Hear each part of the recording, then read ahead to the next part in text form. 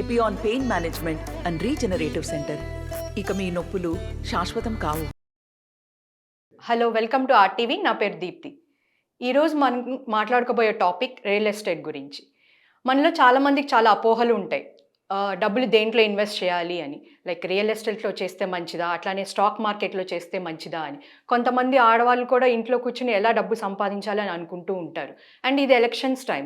So ఈ elections టైంలో అసలు రియల్ ఎస్టేట్లో ఇన్వెస్ట్ చేయడం మంచిదా కాదా, ఇలాంటి సందేహాలన్నీ మనం తెలుసుకుందాం. సో ఈ సందేహాలు తీర్చడానికి మన ముందున్నారు founder and CEO of realtor oxygen doctor Nandi Rameshwara Rao గారు.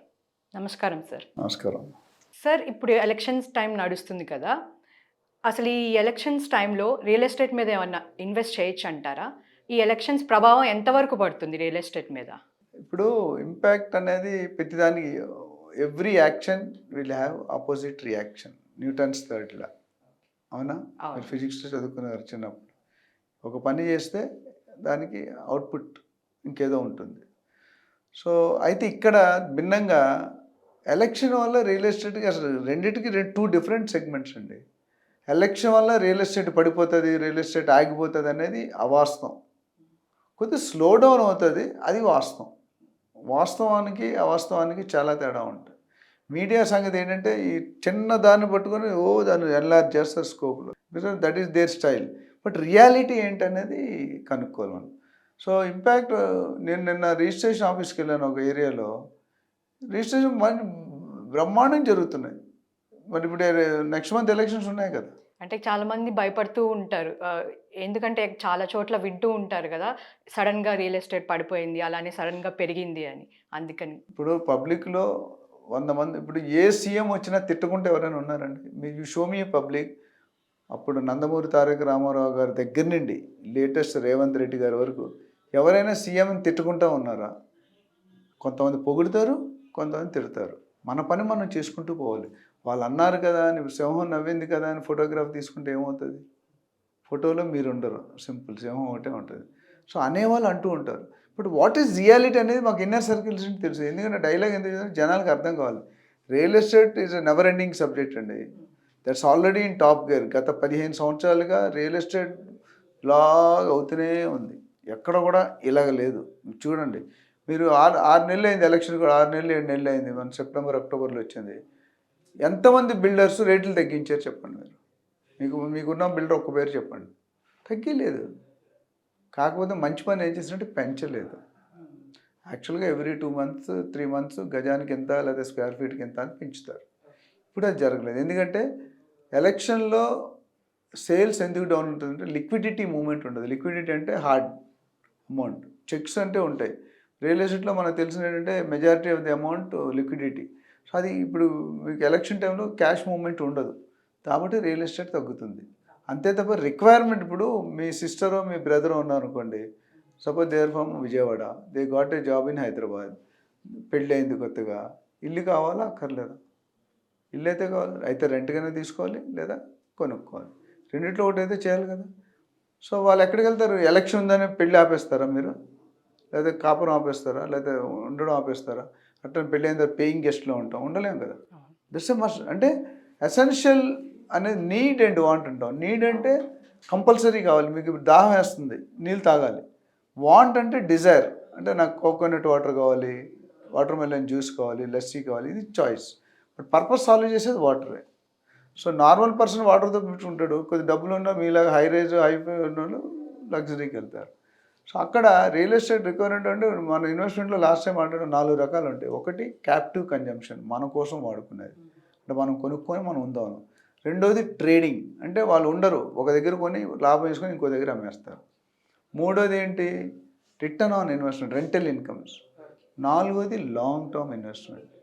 సో ఆ స్పెక్యులేషన్ అనేది కొద్దిగా స్లో అవుతుంది ఈ ఎలక్షన్ టైంలో. మనకు ఆనవాయితీ సంక్రాంతి వస్తే ఇల్లు అల్లుకొని పండగ చేసుకుని మనం పిండి వంటలు చేస్తాం. హైదరాబాద్ అంతా ఖాళీ అయిపోతుంది మీరు చూస్తే. అదేవిధంగా ఎలక్షన్ వచ్చే వల్ల ఆనవాయితీ మనకి ఎలక్షన్ 3 నెలల ముందు 3 నెలల తర్వాత కొద్దిగా స్లో డౌన్ అవుతుంది. Public are used to it. అంత మాత్రం రియల్ ఎస్టేట్ పడిపోతుంది. రియల్ ఎస్టేట్ ఎప్పుడు పడదు. ఇప్పుడు కూడా నెలకి 5,000 రిజిస్ట్రేషన్స్ అవుతున్నాయి. అటు జనవరిలో కానీ ఫిబ్రవరిలో కానీ మనం రికార్డ్స్ చూసుకుంటే 4,000 నుండి 5,000 రిజిస్ట్రేషన్స్ అవుతున్నాయి. మరి స్లో అయిపోతే అవన్నీ అవ్వకూడదు కదా. గవర్నమెంట్కి ఇన్కమ్ వస్తుంది. సో రియాలిటీకి దగ్గరగా మాట్లాడాలి మీడియా కానీ లేకపోతే పబ్లిక్ కానీ ఎవరైనా. నా ప్రకారం అయితే ఎలక్షన్ ఇంపాక్ట్ ఉంటుంది, బట్ అంత జీరో లెవెల్కి వెళ్ళిపోదు. మైనర్ ప్లస్ ఆర్ మైనస్ 10-20% కొద్దిగా వేరియేషన్ ఉంటుంది. ఇప్పుడు కొనుక్కోవడానికి రైట్ టైమా, అమ్ముకోవడానికి రైట్ టైం అంటే ఇప్పుడైతే కొనుక్కోవడానికి రైట్ టైం, అమ్ముకోవడానికి రైట్ టైం కాదు. చాలామంది ఇన్వెస్టర్లు అడుగుతారు. సో కొనుక్కోవడానికి, ఎందుకంటే ఇప్పుడు బిల్డర్స్ రేట్లు పెంచకుండా వాళ్ళు క్యాష్ మేనేజ్మెంట్ చేసుకోవడానికి మ్యాక్సిమం లిక్విడేట్ స్టాక్స్ ఏవైతే ఉన్నాయో అవి లిక్విడేట్ చేసుకోవడానికి ట్రై చేస్తారు. ఆ లిక్విడేషన్ అయినప్పుడు ఆఫీస్, ఇప్పుడు మీకు ఇంత పెద్ద ఆఫీస్ ఉంది, నెలకైతే రెంట్లు కట్టాలి, ఎంప్లాయీస్ శాలరీస్ కట్టాలి, మరి సేల్స్ లేకపోతే ఎలా చేస్తారు? అందుకని ఏం చేస్తారు, కొద్దిగా ఫ్లెక్సిబుల్గా ఉంటారు, లిబరల్గా ఉంటారు. అదే డిమాండ్ ఉన్నప్పుడు ఇప్పుడు టుడే ఈజ్ బయర్స్ మార్కెట్, కొన్ని రోజులు ఇప్పుడు ఎలక్షన్ అయిపోతే సెల్లర్స్ మార్కెట్ అయిపోతుంది. So it depends upon the stage, impact ఉంటుందా లేదని. సో ఇవన్నీ అంటే రాజకీయంతో రియల్ ఎస్టేట్ లింక్ ఉంది, కానీ దానివల్లే బతకట్లేదు. రియల్ ఎస్టేట్ ద్వారా రాజకీయానికి ఇన్కమ్ వస్తుంది. స్టేట్ గవర్నమెంట్ నుంచి చెప్పాను 80,000-90,000 కోట్ల ఇన్కమ్ రియల్ ఎస్టేట్ ద్వారా తెలంగాణ స్టేట్కి వస్తుంది ఎవ్రీ ఇయర్. ఇప్పుడు హెచ్ఎండిఏ పరిధి కానీ పెంచి ఇంకొద్దిగా ఎక్కువ అవ్వచ్చు. సో పబ్లిక్ ఎవరైనా ఇన్వెస్టర్స్ ఇన్వెస్ట్ చేసుకోవాలంటే హ్యాపీగా ఇన్వెస్ట్ చేయాలి. But go through a better real estate professional agent పెట్టుకోండి, మంచి ప్రాజెక్ట్ సెలెక్ట్ చేసుకోండి, మంచి బిల్డర్ సెలెక్ట్ చేసుకోండి, మంచి లొకేషన్ సెలెక్ట్ చేసుకోండి. అండ్ బ్యాక్గ్రౌండ్ చూడండి, ఎవరి దగ్గర కొంటున్నాం, ఎప్పుడు కొంటున్నాం, లాస్ట్ 10 సంవత్సరాలు ఆ బిల్డర్ హిస్టరీ ఎట్లా ఉంది, ఇలాంటివన్నీ కనుక్కొని మీరు ఇన్వెస్ట్ చేసుకోండి. అడ్వైస్ కావాలంటే నాకు ఆల్ ఓవర్ వరల్డ్ కాల్స్ వస్తున్నాయి. ఇప్పుడు లేటెస్ట్ లాస్ట్ 6 months 1 yearలో we're giving lot of advice, good advice. నా అడ్వైస్ వాళ్ళు చాలామంది, కొన్ని వేల మంది they made money. If somebody wants their investment to be safe, investment కరెక్ట్గా ఉండాలి, సేఫ్గా ఉండాలి, మీ డీల్ అయిన తర్వాత పీస్ ఆఫ్ మైండ్ ఉండాలి అనుకుంటే మనలాంటి వాళ్ళు ప్రొఫెషన్ సంప్రదిస్తే వాళ్ళు కరెక్ట్గా గైడ్ చేస్తాం. ఎక్కడ ఇన్వెస్ట్ చేయాలి, ఏ ప్రాపర్టీలో ఇన్వెస్ట్ చేయాలి, ఏ ఏరియాలో ఇన్వెస్ట్ చేయాలి, ఏ సెగ్మెంట్లో ఎక్కడ ఇన్వెస్ట్ చేస్తే ఎంత రిటర్న్స్ వస్తాయి, మీ అభిరుచులు ఏంటి. ఎప్పుడు కూడా నేను టైలర్ మేడ్ అంటాం. ఇప్పుడు మీరు టైలర్ దగ్గరికి వెళ్ళారనుకోండి, మీ సైజులు తీసుకుంటారు, నా సైజులు తీసుకుంటారు. మళ్ళీ మీరే ఒక 1 year తర్వాత మళ్ళీ సైజులు తీసుకుంటాడు. ఎందుకంటే వేరియేషన్ ఉండొచ్చు, లావ్ అవ్వచ్చు, సన్నం అవ్వచ్చు. అదేవిధంగా ఇన్వెస్టర్ కూడా, ప్రతి ఇన్వెస్టర్కి ఒకే అడ్వైజ్ ఉండదు. ఓకే, ఇప్పుడు case study, every patient will have a different disease ఏమైనా పేషెంట్ టు పేషెంట్ మందులు వేరవుతాయి. అట్లా రియల్ ఎస్టేట్ కూడా investor to investor, buyer to buyer, seller to seller solution. చాలామంది నాకు ఫోన్ చేసి, సార్ మీ ఆ వీడియోలో అలా చెప్పారు, ఇలా చేసిన ఫూల్ అయ్యానంటే అది మనం చేయలేం.